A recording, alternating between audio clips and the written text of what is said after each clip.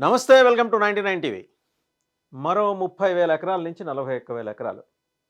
So, అమరావతిలో already 30,000 ఎకరాలకు పైబడి అక్కడ ఎక్విజిషన్ జరిగింది. ఎక్విజిషన్ అంటారా? ల్యాండ్ పూలింగ్ అంటారా? రైతులు స్వచ్ఛందంగా వచ్చి మా ప్రాంతంలో రాజధాని కడతారంటే అంతకంటే ఆనందం ఏముంది అంటూ ఇచ్చారు. తెలుగుదేశం ప్రభుత్వం ఏర్పడినప్పుడు. తెలుగుదేశం బీజేపీతో కలిసి ఏర్పడినప్పుడు 2014లో. రైట్. ఆయన విజన్ అలాంటిది. ఖచ్చితంగా ఆయన ఆధ్వర్యంలో ఒక హైటెక్ సిటీ, ఒక ఫైనాన్షియల్ డిస్ట్రిక్ట్ ఇవన్నీ డెవలప్ అయ్యటం చూసిన ఆంధ్ర ప్రజలు మాకు కూడా ఇక్కడ ఒక అద్భుతమైన రాజధాని వస్తుందనుకున్నారు. దురదృష్టం ఆయన స్టెప్ డౌన్ అయిన తర్వాత జగన్మోహన్ రెడ్డి గారి ఆధ్వర్యంలో 3 రాజధానులంటూ ఉన్నదాన్ని కొంప కొల్లేరు చేశారు వైసీపీ ప్రభుత్వం. సరే మళ్ళీ ఆయన వచ్చారు. ఈసారి ఆయనతో పాటు పవన్ కళ్యాణ్ బలం తోడైంది. బీజేపీ ఉన్నారక్కడ.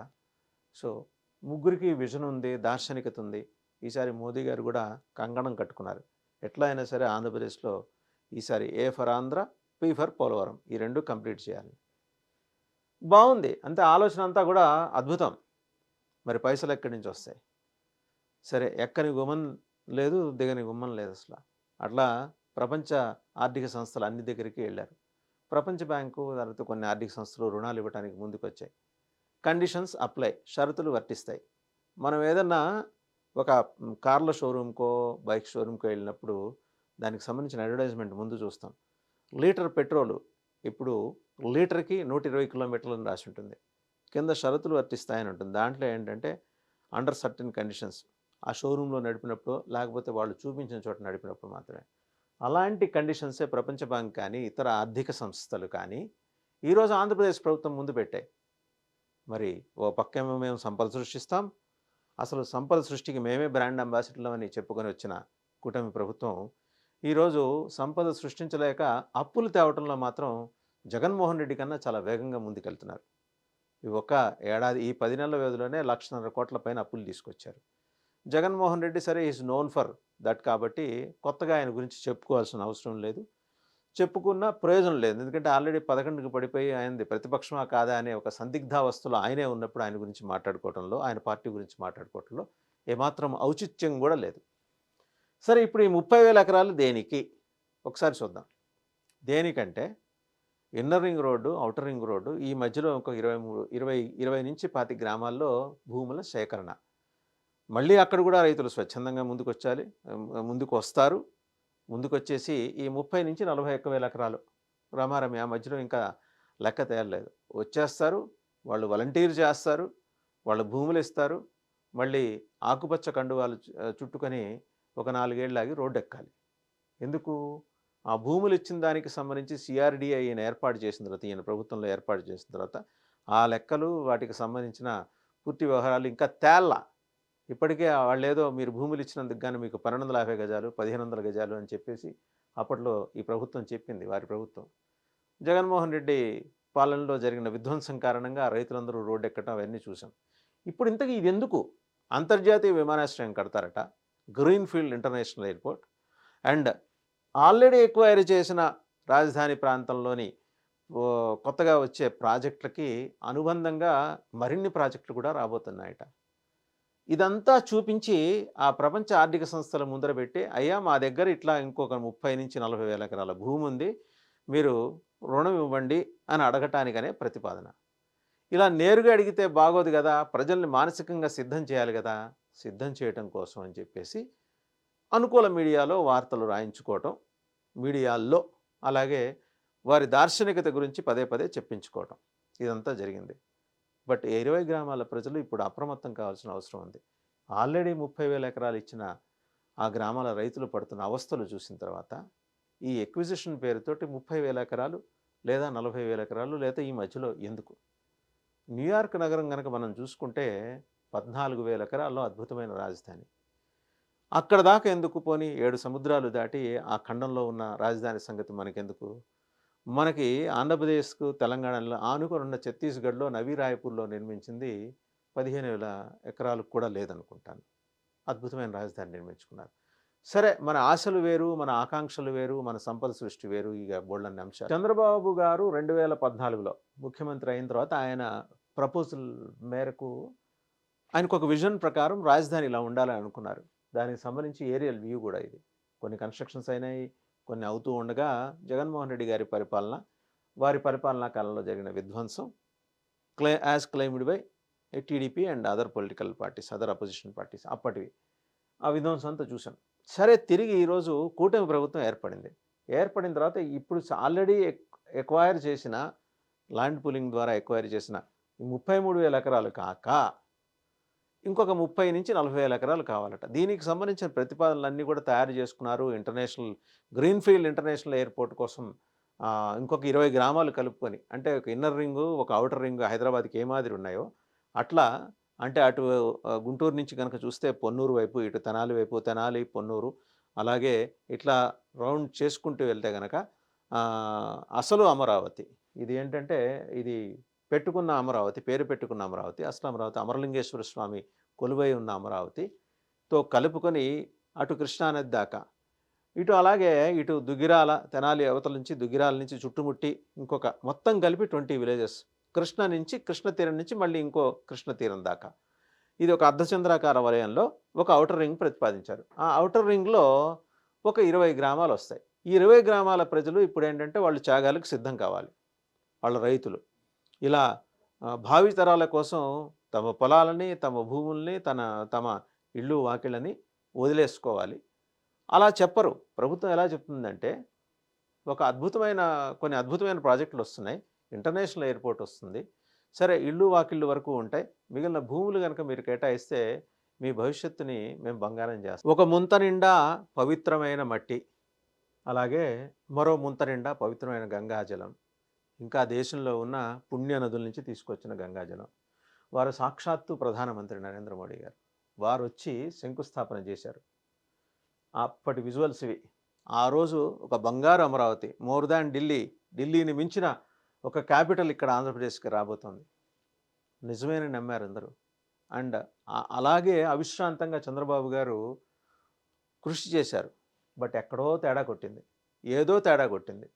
కొట్టింది సరిగ్గా ఈయనతోనే. ఇగో క్లాషెస్ మొదలైనాయి మోదీ గారికి, చంద్రబాబు గారికి మధ్య. పాలనాపరమైన వైఫల్యాలు ఎత్తి చూపుతూ నిధులు ఆపేయటం ఇలాంటివన్నీ చేశారనేది అప్పట్లో చంద్రబాబు గారి ఆరోపణ. ఆయన ఒక 4-5 సార్లు గట్టిగా నిరసన ప్రదర్శనలు చేశారు. వీలున్న చోటల్లా చేశారు. ధర్మ పోరాట దీక్ష చేశారు చంద్రబాబు గారు ఢిల్లీ వెళ్ళి. నల్ల చొక్కాలు వేసుకొని మరి. ఒక రైలు ఇక్కడి నుంచి వెళ్ళింది. రైల్లో వెళ్ళి చేశారు. కరగలేదు. ఆయన కఠిన హృదయం కరగలేదు. సో విడిపోయారు. విడిగా పోటీ చేసిన తర్వాత జగన్మోహన్ రెడ్డి గారికి బంగారు అవకాశం దొరికింది. ఈయన మట్టి ముంత తీసుకొస్తే అది కాస్త జగన్మోహన్ రెడ్డి గారికి బంగారు కలశమై కూర్చుంది. ఆయన పవర్లోకి వచ్చారు. ప్రపంచ శాంతి దూత బుద్ధ భగవానుడి సాక్షిగా అమరావతిలో వచ్చిన నిర్మాణాలు సగంలోనే ఆగిపోయినాయి. ఆగిపోయిన తర్వాత జగన్మోహన్ రెడ్డి గారు వచ్చి మిగిలిన పూర్తి చేస్తారేమో అనుకుంటే ఆయన 3 రాజధానులు అన్నాడు. ఏ రాజధాని పూర్తి కాలేదు. సో ఎవరి ఆర్థిక ప్రయోజనాలు వాళ్ళవి, ఏ పార్టీకి ఉన్న సంకుచిత ప్రయోజనాలు వాళ్ళవి. జగన్మోహన్ రెడ్డి గారు చేసిన పాలనాపరమైన మార్పుల్లో భాగంగా అమరావతిలో ప్రగతి ఆగిపోయింది. ఎక్కడివి అక్కడే నిలిచిపోయినాయి. అలాగే మిగిలిన 2 చోట్ల న్యాయ రాజధాని అన్నారు కర్నూలులో. మరి అక్కడ ఏమైందో తెలియదు. విశాఖపట్నం ఆర్థిక రాజధాని అన్నారు. ఇది మరి అడ్మినిస్ట్రేటివ్ క్యాపిటల్గా ఇది, లెజిస్లేటివ్ క్యాపిటల్గా అమరావతి, అడ్మినిస్ట్రేటివ్ క్యాపిటల్గా విశాఖపట్నం, అలాగే జ్యుడిషియరీ క్యాపిటల్గా కర్నూలు అన్నారు. ఏ ఒక్కటి పూర్తి కాలేదు. సో బుద్ధుడు మాత్రం అన్నీ గమనిస్తూ మొత్తం అసలు అమరావతిలో ప్రగతి జరుగుతుందని చంద్రబాబు గారు వచ్చారు. ఆయన ఏదో కొంత చేసి చూపించారు. తర్వాత పాపం ఈయనకి జగన్మోహన్ రెడ్డి గారి మీద కూడా నమ్మకం ఉంది. ఆయన ఎంతో కొంత చేస్తారని. ఆయన ఏమీ చేయలేదని బాధపడ్డారు, వేదన పడ్డారు బుద్ధ భగవానుడు. సరే మొత్తానికి ఏంటంటే ప్రజల ఆకాంక్షలు మారిన తర్వాత ఎలాంటి డెవలప్మెంట్స్ చోటు చేసుకున్నాయో మనకు అందరికీ తెలిసినవే. ఈయన మనందరికీ బాగా పరిచయస్తులు. నారాయణ గారు అప్పుడు మున్సిపల్ అడ్మినిస్ట్రేషన్ మంత్రి, ఇప్పుడు మున్సిపల్ అడ్మినిస్ట్రేషన్ మంత్రి. వారి ఆధ్వర్యంలో సిఆర్డిఏ ఎటువంటి నిర్మాణాలు చేపట్టింది, ఎంత శరవేగంగా పనులు ఊపందుకున్నాయి, అవన్నీ చెప్పే ప్రయత్నం ఆయన పదే పదే చేసేవారు. ఇన్ఫ్యాక్ట్ కొంత డెవలప్మెంట్ నడిచింది. ఇన్ఫ్యాక్ట్ ఆ రోజున ఆ ప్రభుత్వం చేపట్టింది కాబట్టే తాత్కాలిక అసెంబ్లీ, తాత్కాలిక సచివాలయం, తర్వాత ఇంకా బోల్డన్ని తాత్కాలిక భవనాలు, తర్వాత హైకోర్టు భవనం ఇవన్నీ నిర్మితమయ్యాయి. ఈ రోజున మళ్ళీ అదే ఉక్కు సంకల్పంతో ఆయన దిగారు. మంచిదే. ఇప్పుడు ఈ 30,000 ఎకరాలు కాకుండా అదనంగా మరో 30,000-40,000 ఎకరాల అవసరం ఏమొచ్చింది అనే ప్రశ్న ఆంధ్రప్రదేశ్ ప్రజల్ని పట్టి పీడిస్తుంది. దానికి ఏకంగా జనం దగ్గరికెళ్ళి మరో 30,000 ఎకరాలు మేము 30,000-40,000 ఎకరాలు ఎక్వైర్ చేయాలనుకుంటున్నామని గనక చెబితే వచ్చే రిపర్కషన్స్ ఎట్లా ఉంటాయో ఈ ప్రభుత్వానికి తెలియంది కాదు. పైగా ఉన్నది ముగ్గురు జమాజట్టీలు, హేమాహేమీలు, ఉద్దండులు. పవన్ కళ్యాణ్ గారు ఒకవైపు, చంద్రబాబు గారు మరోవైపు సాక్షాత్తు ప్రధానమంత్రి నరేంద్ర మోడీ దూతగా పురంధరేశ్వరి గారు. మరి ప్రజలను ఎలా కన్విన్స్ చేయాలి అంటే వెంబడే మీడియా మేనేజ్మెంట్ మొదలైంది. ఎలా మొదలైంది? అనుకూల కథనాలు. కొన్ని అద్భుతమైన ప్రాజెక్టులు వస్తున్నాయి. వాటి విస్తరణలో భాగంగా మనకొక 30,000-40,000 ఎకరాలు అవసరం అవుతుంది. అందులో గ్రీన్‌ఫీల్డ్ ఎయిర్‌పోర్ట్ వస్తుంది. ఒక 20 గ్రామాలు కలుపుకోవాలి. ఇందాకే ఎక్స్‌ప్లెయిన్ చేసినట్టు ఆ 20 గ్రామాల లోపల రైతులు మళ్ళీ భూములు కోల్పోవాలి. మళ్ళీ త్యాగాలకు సిద్ధం కావాలి. అర్థం కాని విషయం ఏంటంటే ఒక ఆంధ్రప్రదేశ్ ప్రజలు, ఆంధ్రప్రదేశ్ రైతులు మాత్రమే పదే పదే ఎందుకు త్యాగాలకు సిద్ధం కావాలి? గవర్నమెంట్ ఆఫ్ ఇండియా రెస్పాన్సిబిలిటీ లేదా? రాసుకున్న రాష్ట్ర విభజన అప్పుడు రాసుకున్న ఒప్పందం ప్రకారం రాజధాని కట్టించి ఇవ్వాల్సిన బాధ్యత కేంద్ర ప్రభుత్వాన్ని. ఆ బాధ్యత కేంద్ర ప్రభుత్వమే కట్టించి మిగిలిన కొత్తగా ఏర్పడిన ఇదివరకు వాజ్పేయి గారి హయాంలో ఏర్పడిన రాష్ట్రాల్లో రాజధాని నిర్మాణాలు ఎట్లా జరిగినాయో అంతే సాఫీగా జరగటానికి కావలసిన వ్యవస్థలు ఎందుకు ప్రభుత్వం కేంద్ర ప్రభుత్వం ఏర్పాటు చేయాలి? ఇది ఇక్కడ పార్టీలతో సంబంధం లేదు. ఒక రాష్ట్ర ప్రభుత్వం, ఒక కేంద్ర ప్రభుత్వం ఎందుకు కూర్చొని మాట్లాడుకోలేదు? సో మనం చూస్తున్నాం కదా, ముఖ్యమంత్రిగా చంద్రబాబు ఉంటే పనులు ఎలా శరవేగంగా పరిగెడతాయి. ఆయన ఊరుకోరు. నారాయణ గారిని కూర్చోబెట్టారు, అధికారులను కూర్చోబెట్టారు, మంత్రులను కూర్చోబెట్టారు. సిఆర్డీఏ ఆధ్వర్యంలో జరగాల్సిన పనులన్నిటికీ దిశానిర్దేశం చేశారు. అప్పుడు చేశారు, ఇప్పుడు చేస్తూ వస్తున్నారు. బట్ నిధుల లేమి, నిధుల కొరత ఆంధ్రప్రదేశ్ను వెంటాడుతుంది. ఆర్థిక సంక్షోభం. జగన్మోహన్ రెడ్డి గారు ఖాళీగా ఇంత పెద్ద బౌల్, ఇంత వెసల్ మన ముందుంచి వెళ్ళిపోయారు. ఆంధ్రప్రదేశ్ ఖజానా ముందుంచి వెళ్ళారు. అప్పులు తీసుకొచ్చాం 10 నెలల్లో 1,50,000 కోట్లు. తర్వాత ఇప్పుడు మరి మిగిలిన పనులు చేయాలంటే పైసలు కావాలి. కానీ ప్రపంచ బ్యాంకు కానీ ఇతర ఆర్థిక సంస్థలు కానీ ప్రపంచవ్యాప్తంగా కండిషన్స్ పెడుతున్నాయి. మాకేంటి రేపు పొద్దున మీకు ఈ డబ్బులు ఇస్తే మాకు తిరిగి ఎట్లొస్తాయి అనేది. సో సాధారణంగా ఇప్పుడు ఎమ్మెల్యేలు, చాలా పార్టీల ఎమ్మెల్యేలు ఏం చేస్తారంటే ముందు 40-50 కోట్లు ఖర్చు పెడతారు.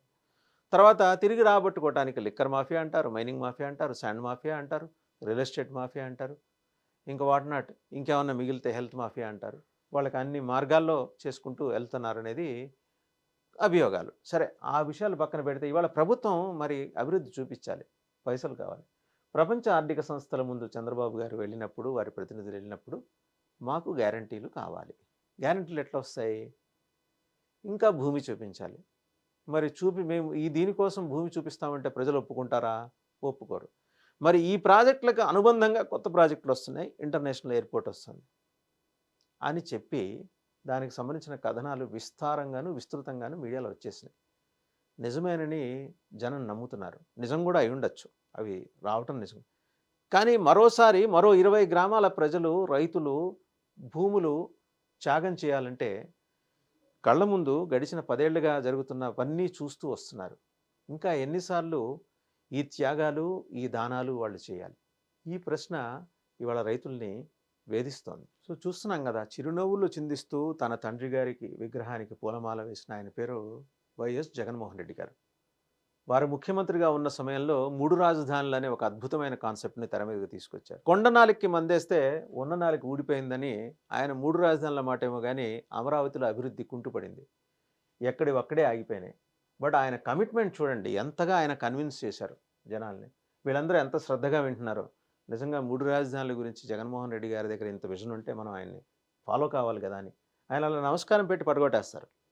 అలాగే నమ్మారు జనం జగన్మోహన్ రెడ్డి గారి ఆధ్వర్యంలో 3 రాజధానులు వస్తాయని. కానీ అమరావతి వ్యవహారం మొత్తం ఆవిరైపోయింది. అక్కడ భూములు ఇచ్చిన రైతులు వాళ్ళు ఉద్యమాలు చేయటం, ఆకుపచ్చడి తలపాగాలు చుట్టుకొని రోడ్డు మీద బైఠాయించడం, రోడ్డు మీదే వంట వార్పు, రకరకాల నిరసనలు. బట్ దేనికి చెలించరు. ఆయనలో ఉన్న గొప్పతనం ఏంటంటే ఆయన అనుకున్నది మాత్రమే చేస్తారు. అదే ఆయన చెప్తున్నది కూడా అదే, తాను అనుకున్నది మాత్రమే జరుగుతుందని. బట్ ఆయన అనుకున్న దానికి భిన్నమైన తలరాత దేవుడు రాశాడు. ఆయన చెప్తుంటాడు, ఇప్పుడు పైన దేవుడు ఉన్నాడు, కింద నా అవ్వలు, నా అక్కలు, నా చెల్లెళ్ళు, నా తమ్ముళ్ళు, నా అన్నలు వీళ్ళందరూ ఉన్నారు నాకు సపోర్ట్‌గా. ఉన్నారు 40% జేబులో యేసుకున్నారు. సరిగ్గా అప్పుడే జనసేనాని పవన్ కళ్యాణ్ ఎంట్రీ ఇచ్చారు. సరే, ఇద్దరు హేమీలు వాళ్ళ ఒక ఒప్పందానికొచ్చారు. మనం కలిసి పనిచేద్దాం. ఈయన అక్కడితో ఆగలా. ప్రధానమంత్రి నరేంద్ర మోడీని, అమిత్ షా గారిని ఒప్పించి మనందరం కూటమిగా ఏర్పడి జగన్మోహన్ రెడ్డి గారి దుర్మార్గపు, అరాచకపు, అఘాయిత్యపు, పైశాచికపు పాలనకి మనం గోరీ కడదామన్నారు. ఆయన నిజంగా ఆ రోజు వాళ్ళిద్దరూ తీసుకున్న నిర్ణయం కారణంగానే ప్రభుత్వం మారింది. ఈ ప్రభుత్వం వచ్చింది. సరే, ఈ ప్రభుత్వం వచ్చిన తర్వాత తెలుగుదేశం సంగతి సరే, ఆయన డెవలప్మెంట్ విషయంలో ఎక్కడా కాంప్రమైజ్ కారు జాతీయ అధ్యక్షుడు చంద్రబాబు గారు. సో అదే కమిట్మెంట్ ఈయనకు కూడా ఉంది. ఆంధ్రప్రదేశ్ కోసం మనం ఏదైనా చేయాలి. ఇద్దరూ కలిశారు. మోదీ గారిని, అమిత్ షా గారిని ఒప్పించారు. ఇంకోటి ఏంటంటే బీజేపీ తలరాత కూడా ఎట్లా మారిందంటే అనివార్యంగా తెలుగుదేశం మీద, అటు నితీష్ కుమార్ గారి పార్టీ జేడీయూ మీద బ్యాంక్ అవ్వాల్సిన పరిస్థితి. సో దాన్ని వాళ్ళు అడ్వాంటేజ్గా మలుచుకున్నారు. సంక్షోభం నుంచి అవకాశాలు సృష్టించుకోవటం ఈయనకి వెనతో పెట్టిన విద్య. ఆయన నుంచి ఈయన కూడా ఆయన ట్యూషన్కి అటెండ్ అవుతున్నారు ఈయన కొంతకాలంగా. సో ఆ అలవాట్లు ఈయన కూడా నేర్చుకున్నారు. సంక్షోభాల నుంచి అవకాశాలు అలా సృష్టించుకోవాలి. సో ఆల్మోస్ట్ ఆ విద్యలో పవన్ కళ్యాణ్ గారు కూడా ఆరితేరారు. ఆయన కూడా ఆరితేరారు. సో ఇప్పుడు వాళ్ళ ముందున్న లక్ష్యం ఏంటంటే అమరావతి నిర్మాణం, పోలవరం నిర్మాణం.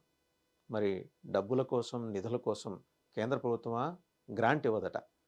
మనం అప్పు తీసుకుంటే హామీ ఇస్తుందట. మరి మిగిలిన రాష్ట్రాలు విడిపోయినప్పుడు, కొత్త రాష్ట్రాలు ఏర్పడినప్పుడు రాజధాని ఎవరు కట్టించి ఇచ్చారు? అప్పులు ఎవరిచ్చారు? నిధులు ఎవరిచ్చారు? అది ఎలా కన్వీనియంట్గా మర్చిపోతున్నారు. విధి లేని పరిస్థితుల్లో ఈరోజు కూటమి ప్రభుత్వం ఒక నిర్ణయం తీసుకుంది. ఒక ప్రతిపాదన, ఇంకా నిర్ణయం కాలా. ఏమని? ఇంకొక 20 గ్రామాల్లో 30 నుంచి 40 వేల ఎకరాలు సేకరించాలి. Inner ring, outer ring. మనకి హైదరాబాద్కి చుట్టుపక్కల ఎట్లా ఉందో అట్లా ఒక అద్భుతమైన ప్రగతిని మేము చూపించబోతున్నాం. రేపో మాపో దానికి సంబంధించిన విజువలైజ్డ్ ఎఫెక్ట్స్ తోటి ఒక దీనికి సంబంధించిన ప్రజెంటేషన్ కూడా ప్రభుత్వం ఇచ్చిన ఆశ్చర్యపోనక్కర్లేదు. అంటే ఆ ప్రజెంటేషన్ ఇచ్చి మరి ప్రపంచ ఆర్థిక సంస్థల నుంచి నిధులు తెచ్చుకోబోతున్నారు. అది కూడా అప్పు రూపేణా. కానీ అప్పు ఉత్తినే ఇవ్వరు కదా వాళ్ళు, ఏదో గ్యారంటీ ఇవ్వాలి కదా. సో కొత్తగా ఎక్వైర్ చేయబోతున్నా, చేయాలని భావిస్తున్నా, చేయాలనుకుంటున్నా, లేదా చేసేయడానికి కావాల్సిన గ్రౌండ్ వర్క్ పూర్తి చేసుకున్న ఆ 20 గ్రామాల్లోని దాదాపు 30 నుంచి 40 వేల ఎకరాల భూమిని మరి దాన్ని తనఖా పెట్టి తీసుకురావాల్సిందే. ఎందుకంటే ఆల్రెడీ తీసుకొచ్చినవి ఉన్నాయి. ఇంకా వాటికి సంబంధించిన నిధులే పూర్తి స్థాయిలో రిలీజ్ కాలేదు. మరి ఇప్పుడున్నవి పూర్తి కావాలంటే వ్యయం బాగా పెరిగిపోయింది, ఎక్స్పెండిచర్ బాగా పెరిగిపోయింది. ఆయన అప్పుడు ప్రతిపాదించినప్పటికీ ఇప్పటికే 10 ఏళ్ళలో. సో ఇవి పూర్తి కావాలంటే ఏదో ఒకటి తనఖా పెట్టాలి. తనఖా పెట్టాలంటే అక్కడ ఏదో డెవలప్మెంట్ యాక్టివిటీ ఇక్కడ ప్రజలకు చూపించాలి. వాటిని తనఖా పెట్టే, మరి తనఖా అనకూడదేమో, వాటిని హామీగా చూపించే మరి అదనంగా నిధులు తీసుకొచ్చి ఇక్కడున్న ప్రాజెక్టులన్నీ పూర్తి చేయాలనేది మరి కూటమి పెద్దలు చంద్రబాబు నాయుడు గారు, పవన్ కళ్యాణ్ గారి సంకల్పం. బీజేపీ దీనికి సంబంధించి మీరు వెళ్ళి అప్పులు తెచ్చుకోండి, మేము కేవలం గ్యారంటర్గా మాత్రమే ఉంటాం. కేంద్ర ఆర్థిక శాఖ మంత్రి పదే నిర్మలా సీతారామన్ గారు చెప్పేది ఏంటంటే మీరు అప్పులు తెచ్చుకోండి, మేము గ్రాంట్ ఇవ్వం, మేము ఇచ్చే గ్రాంట్ స్వల్పం. అప్పులు తెచ్చుకొని మీరు ఏదైనా చేసుకోండి. సరే, తప్పదు, అప్పుల కోసం తిప్పలు తప్పు. ఎన్ని చోట్లని తెస్తారు, ఎంతని తెస్తారు? ఇప్పటిదాకా చూసాం కదా, చంద్రబాబు గారు 2014-19 మధ్య వారు చేపట్టిన అభివృద్ధి కార్యక్రమాలు, దానికోసం వారు పడిన తంటాలు, కేంద్ర ప్రభుత్వం కొంత సహకారం అందించి తర్వాత కొంత చేతులు ఎత్తేసి ఆయన ఇబ్బంది పెట్టిన తీరు, తర్వాత జగన్మోహన్ రెడ్డి గారి పరిపాలన, వారి పరిపాలనలో ఆయన మెరిపించిన మెరుపులు, అలాగే ఆయన కురిపించిన ఉరుములు, పిడుగులు అన్నీ చూసాం. తర్వాత మళ్ళీ కూటమి ప్రభుత్వం వచ్చింది. వచ్చిన తర్వాత ఈరోజు అమరావతి కంప్లీట్ చేయాలి, పోలవరం కంప్లీట్ చేయాలి. ఈ కంప్లీట్ చేయడానికి మన దగ్గర ఉన్న నిధులు మనకి గ్రాంట్గా వస్తాయనుకున్నవి, లేకపోతే అప్పుగా వస్తాయని అనుకున్నవి సరిపోవు. కాబట్టి మరిన్ని కొత్త ప్రాజెక్టులు ఇన్వైట్ చేస్తూ, ఇన్వెస్ట్మెంట్స్ని ఆహ్వానిస్తూ ఇక్కడ దానికి సంబంధించి మరి స్థల సేకరణ కూడా చేయాల్సి ఉంటుంది, భూముల్ని సేకరించాల్సి ఉంటుంది, ల్యాండ్ పూలింగ్ రూపంలోనూ, ల్యాండ్ ఎక్విజిషన్ రూపంలోనూ. అమరావతి చుట్టుపక్కల ఆల్రెడీ 30,000 ఎకరాలు సేకరించారు. ఇంకొక 30 నుంచి 40,000 ఎకరాలు అవసరం పడుతుంది అనేది ఒక ప్రతిపాదన సిద్ధం చేసుకున్నారు. దీన్ని రేపో మాపో ప్రజల ముందు ఉంచుతారు. మొత్తం డీటెయిల్డ్ పవర్ పాయింట్ ప్రజెంటేషన్ ఇస్తారు, అందులో సందేహం లేదు. ఒకటి మాత్రం నిజం, కూటమి ప్రభుత్వం ఆంధ్రప్రదేశ్లో తలపెట్టిన అభివృద్ధి కార్యక్రమాల విషయంలో ప్రభుత్వ ఉద్దేశాన్ని ఎవరు శంకించాల్సిన అవసరం లేదు. బట్ పెరిగిపోతున్న భారీ వ్యయాన్ని మరి తట్టుకునేందుకు, దానికి కావాల్సిన నిధులు సమకూర్చినేందుకు అప్పుల రూపంలో ఎంత తీసుకురావాలి, ఎలా తీసుకురావాలనే దగ్గర కొత్త హామీలు చూపిస్తే గాని కొత్తగా అప్పులు పుట్టవనే ఒక వాస్తవికతను అర్థం చేసుకొని కూటమి ప్రభుత్వం ఈరోజు మరో 30,000-40,000 ఎకరాల కోసం రెడీ అవుతుంది. ఇదే జరిగితే, ఇదే జరిగితే రేపొద్దున 20 గ్రామాల రైతులు, ప్రజలు వారు మళ్ళీ త్యాగాలకు సిద్ధం కావాలి. చూద్దాం ఏం జరుగుతుందో.